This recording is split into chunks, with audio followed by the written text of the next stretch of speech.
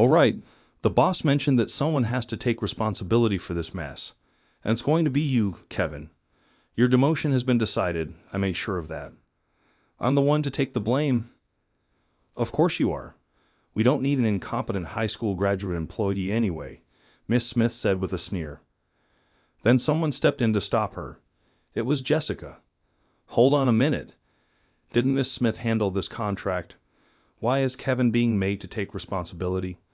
Jessica's eyes were fierce with genuine anger. My name is Kevin. I work in home remodeling sales. My main job involves driving around, visiting houses one by one, and proposing remodeling and renovation projects. However, the nature of our work is slightly different from other companies. We specialize in what you might call luxury remodeling, aiming at a more affluent clientele.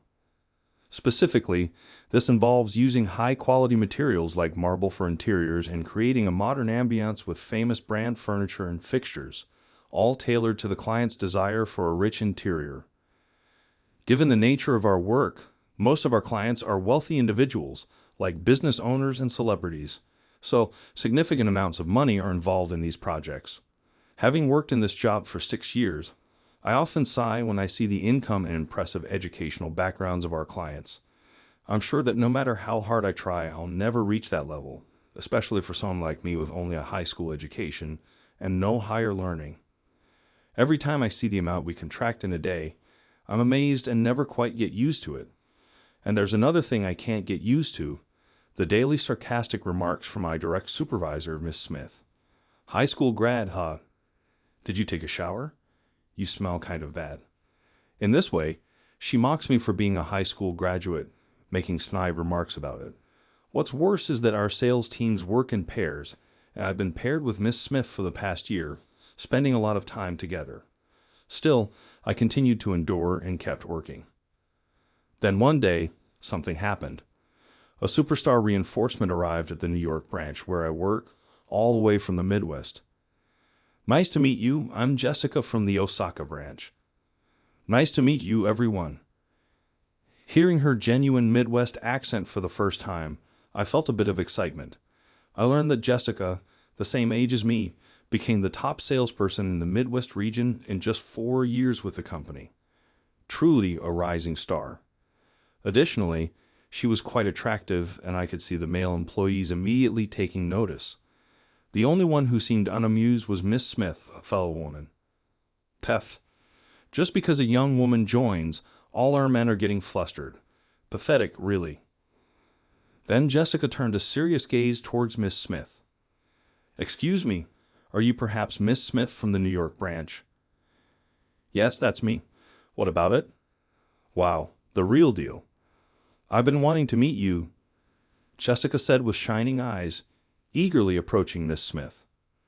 Actually, I've always wanted to work at the New York branch, right at the forefront of sales. I've long admired Miss Smith for being the top performer here. Initially, Miss Smith, who had been jealous of Jessica's looks and youth, started feeling over the moon after being told she was admired. Well, you do have a cute side, don't you? Make sure you learn a lot under me. Thus, a mentor-protege relationship seemed to form between Miss Smith and Jessica. But after a while, the true colors began to show. It happened one day as I was sitting at my desk, methodically making appointment calls as usual. Hey Kevin, got a minute? Oh yes. Since I'm usually in a different team, I rarely had a chance to talk with Jessica, and I was a bit flustered when she approached me. You don't need to be so tense. We're the same age, right? Well, yeah, I guess. Ahaha. I couldn't admit how nervous I felt just talking to a beautiful woman. So what's up? Ah, yeah. About Miss Smith, is she really the number one here? She asked, the last part in a whisper. She always seems to have nothing to do. Making hundreds of sales calls every day is not ordinary. I thought to myself, no wonder she was the top performer in the Midwest region. Her drive is overwhelming. It's only natural for someone as capable as her to feel something's off when observing Miss Smith's usual behavior compared to that. Kevin, you seem to be working really hard in sales, aren't you? Do you think so? Yes, I do.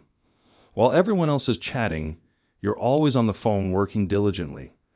I do the same, so I know exactly what it's like. Ha. I guess I have to work harder because I lack talent. I see. This New York branch feels like it's hiding something. I wonder if everyone here is like this, she said, and then went back to her work. Then one day, something happened.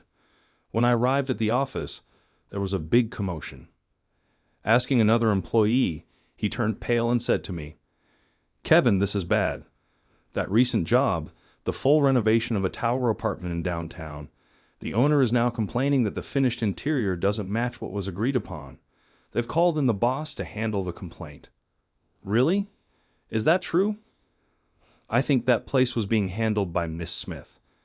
From what I heard about the complaint, the owner had communicated their requirements to Miss Smith and left everything in her hands. However, the final interior was completely different from the requested contract, infuriating the owner. But Miss Smith insisted that she had followed the requirements precisely, leading to a heated argument between the two parties. Looking at this situation, it's hard to tell who is right, but I suspect Miss Smith might have done a careless job. Anyone at the New York branch who regularly observes her behavior would clearly think the same. Around lunchtime, Miss Smith, the center of the controversy, returned to the office looking annoyed. Of that old man, he was so annoying. I thought she would be stressed out from being grilled, but seeing her unfazed demeanor, I realized her thick skin is as impressive as ever. "Miss Smith, how did the discussion with the owner go?" "What discussion?" "It's going nowhere as it stands, so we're going to settle it in court." "What, really?" I was stunned. Then, to my surprise, Miss Smith said to me, "Oh, right, the boss mentioned that someone has to take responsibility for this mess, and it's going to be you, Kevin. Your demotion has been decided. I made sure of that." "What? Am I the one to take the blame?" "Of course you are.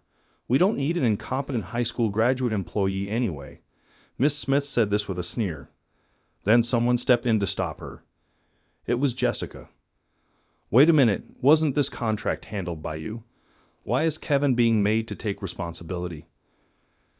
Jessica was seriously angry, her eyes fierce, but Miss Smith just sneered.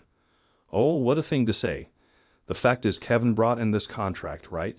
I just accepted it reluctantly, so the original responsibility falls on him. Understand?" I thought it was an absurd line of reasoning. Jessica's anger reached its peak at that response. "So you're saying, Miss Smith, that you stole Kevin's work?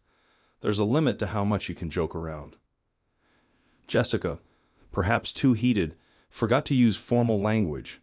Naturally, Miss Smith's mood soured further at this attitude, so I stepped in between them.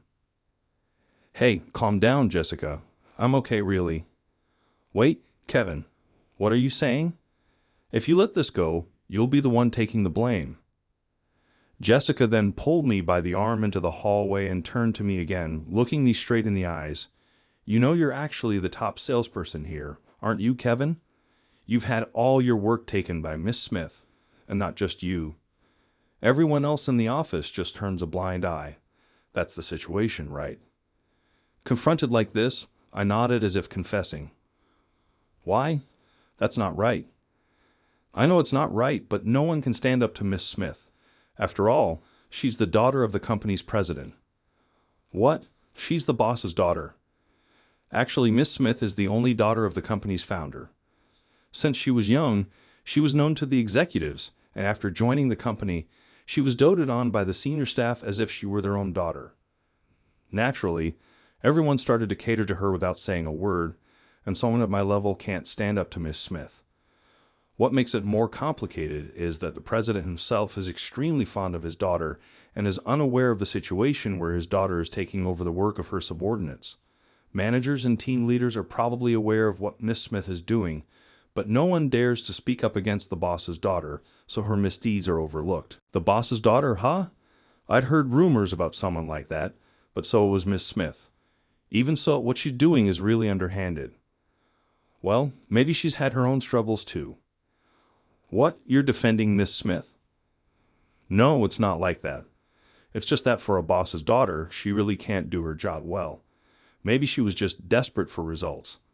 Still, taking work from subordinates is an absolute taboo.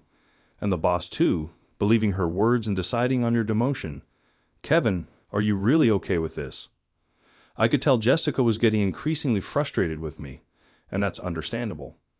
Having my work taken away from me regularly and then being made to take the blame in a tight spot is the worst situation.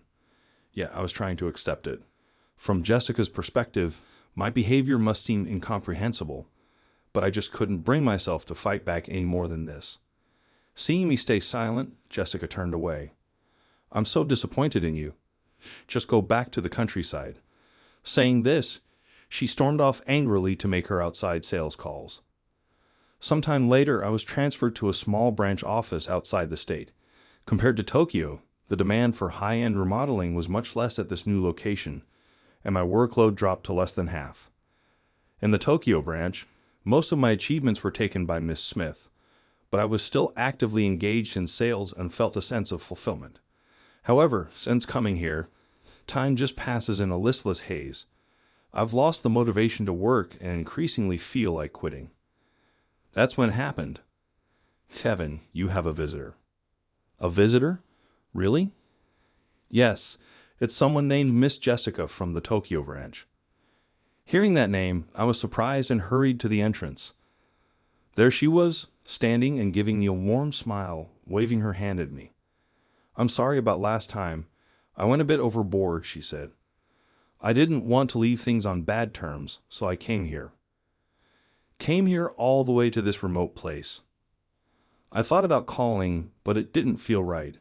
Here, at least I can give you this coffee, she said, handing me a can of coffee. This diligent nature of hers might be why she's so successful in sales, I thought. We then went to a park, and I asked about the Tokyo branch. It seems Miss Smith, having shifted all the blame onto me, felt relieved and continued her usual tyrannical behavior. Moreover, she has now turned her target to Jessica, who faces harassment from her almost daily. Hearing this, I suddenly felt incredibly guilty. I'm sorry, it's my fault, isn't it? You're in this situation just because you stood up for me. No, it's okay. Living in the world of women, you come across weird ones like her. Normally, I would have talked back, but dealing with the boss's daughter is always tricky. She said, letting out a small sigh. It seemed Miss Smith's remarks were indeed affecting her. Ever since you left, Kevin, it feels like the job's lost its sense of purpose. She added, because I left, I'm competitive, you know? Even when I was #1 in the Midwest region, everyone said I still had a long way to go compared to the people in New York. So I came to the New York branch, but the only person who really gave me a run for my money here was you. Kevin, it seems Jessica had been observing my work all along, how I made hundreds of sales calls a day and stayed late at night to finish up work. She said she learned a lot from watching me. I was surprised because no one had ever said something like that to me. Really? It's such a waste. I wanted to keep working with you, Kevin. I sound like I'm talking about a boyfriend or something, I stammered. Don't get all flustered. I'm just joking. Aha, she laughed and playfully slapped my back, but I couldn't hide the fact that my heart was racing. After a brief silence, I decided to open up to Jessica about my past. Actually, I was bullied in high school, and because of that, I've always found it hard to stand up to my seniors. Jessica quietly murmured, "What? I've actually been on the baseball team since elementary school. I was decently skilled, and in middle school, I even played as a regular in the state tournament. I decided to attend a prestigious high school that had made it into the top 16. At the time, my goal was to earn a regular spot on the team and aim for the national championships. But unfortunately, I was not fortunate in terms of relationships with others. As a freshman, I quickly caught the coach's eye and managed to secure a regular spot by summer. However, we were eliminated in the second round of the district qualifiers. The seniors blamed me for the loss, shifting all the responsibility onto me. It's a team sport, and our team was strong because of the so-called golden era of the previous seniors. The players in the years above me weren't as strong, which I believe was the main reason for our defeat. But the blame fell on me, likely due to jealousy over a freshman making the regular team. I was soon excluded from even playing catch, leading to my isolation within the team. Eventually, I quit the club and developed a fear of people, frightened by my student life. I didn't go to college and instead got a job right after high school. However, due to the trauma from my baseball club days, I became extremely fearful of people in authority. As a working adult, I continued to live in fear every day. I've gotten used to it now, but still, with my boss, Miss Smith, I couldn't talk back. The trauma made me wonder what would happen if I did, so I easily gave in to her unreasonable demands. I was really miserable back then. I never want to go through that again. That's why I just accept what Miss Smith says, I said with a sigh. As I muttered this, something softly landed on my head. Looking up, I saw Jessica gently patting my head. "So, you've been through a lot, Kevin. I didn't know." "I'm really sorry," she said with a look of understanding. Her eyes, which seemed to encompass everything, made me feel a warmth inside. "But you know what? You're incredible, Kevin. Making the regular team as a freshman is no small feat," she affirmed. Everything about me was recognized, despite what my seniors used to say, that I disrupted the harmony. I had always been afraid to fully demonstrate my abilities, but Jessica recognized my existence. "However, this explains why you were such an outstanding salesman. I think in this world it's all about grit, and in that regard, Kevin, you're quite the man." "I feel a bit embarrassed being praised so much," I replied, blushing. "What are you talking about, you shy boy?" "Well, that's okay. I think things are going to get interesting from here," she said with a meaningful smile. When I asked her what she meant, Jessica replied, "Sorry, but I secretly checked the sales of that president's daughter. Turns out she's making annual sales of $150 million, but most of that is your achievement, right, Kevin?" "Yeah, pretty much. Last year's $150 million in sales was all from the accounts I worked on," I admitted. "If that's the case, in a few days, that foolish Ace is going to collapse in shock," she speculated. "Foolish Ace?" I echoed, a bit taken aback. When a beautiful woman flashes a dark smile, it can be chilling. Yet, having her as an ally is incomparably reassuring. A few days later, something happened. The branch I'm currently at received a call from the Tokyo branch. The voice on the other end was Miss Smith. "Kevin, is that you?" "Oh, thank goodness you answered." The usually composed and authoritative Miss Smith was quivering in her voice, almost pleading with me. "It's a disaster. We just had a wave of remodel cancellations from the clients we've been contracting with." "Cancellations? Which ones?" I asked. "The 2 tower mansions we contracted around the end of last year, and 3 hotels, plus the home of a former sports player and a prominent entertainer's place." "Wait a minute. How can there be so many cancellations?" I asked.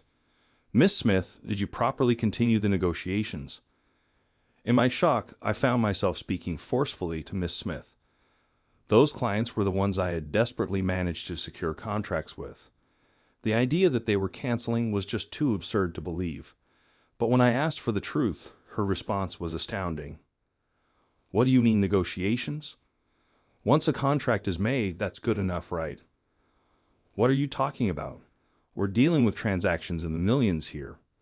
For the clients, this is a once-in-a-lifetime decision, and we, as their representatives, should support them until the end." I stopped mid-sentence, unable to continue.